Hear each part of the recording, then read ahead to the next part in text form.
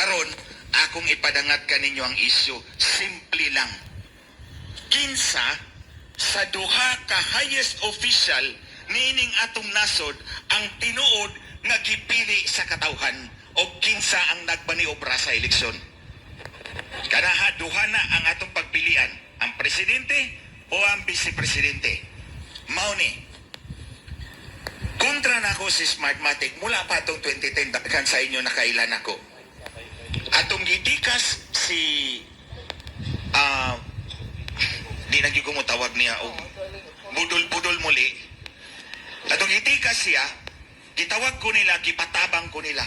Nagtabang ko nila unom ka tuig, wa gyud ko bayri bisag piso, wa sad ko maningil nila bisag piso. I remain true to my advocacy, tabangan mo nako kay pareho ta o tumong nga malimpyo nato atong eleksyon. Pero lingit sa inyong kaalaman, Tagalog na buta. May 3 meeting na nangyari bago ang halalan noong 2022. Meeting sa Smartmatic. Una, December 10, 2022. Giteksan ko sa sekretary ni Lisa Marcos. Attorney, papuntahin ka doon sa address na to. May meeting ang Smartmatic doon. Naadid tupod ang abogado ni kinsaman. Ang kakontra ni Mayor Sebastian, si Tambaloslos, ang iyang abogado, naasa dito sa meeting nga sa Smartmatic. Smartmatic Philippines to. Ang sunod nga meeting, katunang nag-meeting niingon si Lisa Marcos, guys, I have a meeting with the owners of Smartmatic. I need 2 technical guys to be with me. Una ako ni siya meeting sa tag-iya sa Smartmatic. Kay nahanglan niya duha ka technical guys. Umaninglingi siya na ako, but not you, because they hate you so much. Karon, atong himay-himayon. Nga nung magkinahanglan magkaduha ka technical guys sa meeting. Unsa man mo dito? Mag-meeting mo, mag-rosaryo mo? Kung mag-rosaryo ra mo dito, di ka magkinahanglan duha ka technical guys, dili ba? Una, imo kong yunahan.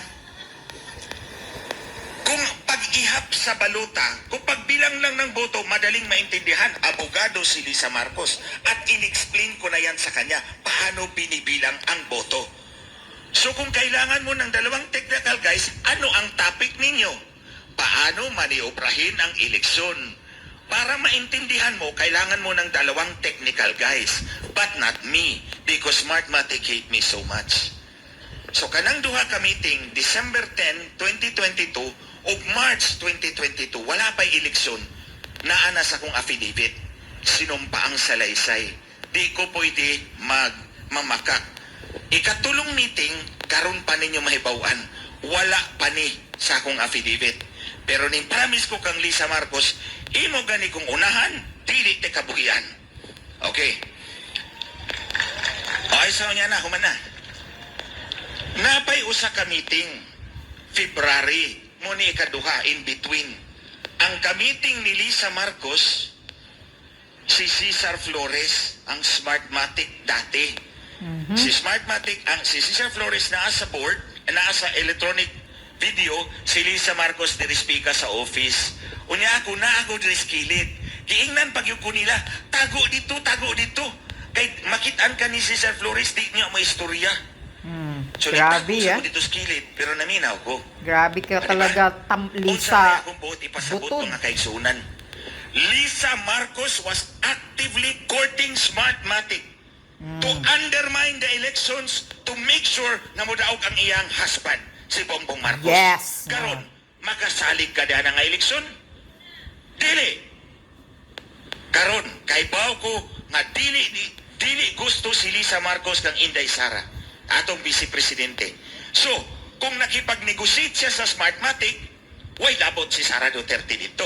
Di ba? Di niya i-appeal. Kaya di man siya gusto kang Inday Sara. Insecure man si Lisa Marcos. So, karon, akong gilatag sa inyo, tulo ka meeting sa Smartmatic. Si Lisa Marcos ang nag-procure ng meeting. Unsa may bote pasabot. iyang giapas ang eleksyon para mapabor sa iyang husband, pero why labot si Sara Duterte? Karon ang question, kinsa may tinuod nga gipili sa katawan ni atong may labay nga eleksyon? Oh. So, kamo na'y magdesisyon kung unsaon na to. Kay ningon si Mayor Paste, maayo kung mo naog. Boss, di na mo naog, boss. Butangan na ni Lisa Marcos ang lubot ni Bongbong Marcos o kuan ipoksi para di mo naog. So ngano si Lisa Marcos man? Because ang kanang private initiative ni Lisa Marcos, dili na private, di na people's initiative. O di yun ta mo suporta diyan na, di ba? Ipakita na to sa iya nga we are not for sale. O dili ta niya pwede paliton, especially because ang iyang tumong mga kaigsunan unsaon paghimog presidente sa iyang anak. Maura gyud na ang naa siyang una-una. Unsaon paghimog presidente sa iyang anak. All else are expendable. All else are expendable. So muna akong ipaabot kaninyo mga kaigsunan, huna-huna to, kinsa magyud ang tinuod nga gipili sa katawan. Kung dili si Bongbong Marcos, kay gimaniobra siyang asawa ang eleksyon, kinsa man ang atong tinuod nga leader? Oh, nara. So kinahanglan, dili na tutugutan nga ilang maguba si Inday Sara. Let's rally behind our true leader. Because I do not believe Marcos was truly elected by the people. Or kung ningdaog magani siya, gimaniobra nila para mutaas ang iyang boto. Kay akong tantiya, mas taas ang boto ni Inday Sara, si Bongbong Marcos, lig-on ang kontra. Katubitang nag-aana-ana. Oh. Lig-on siya to ka-incumbent vice president ko to.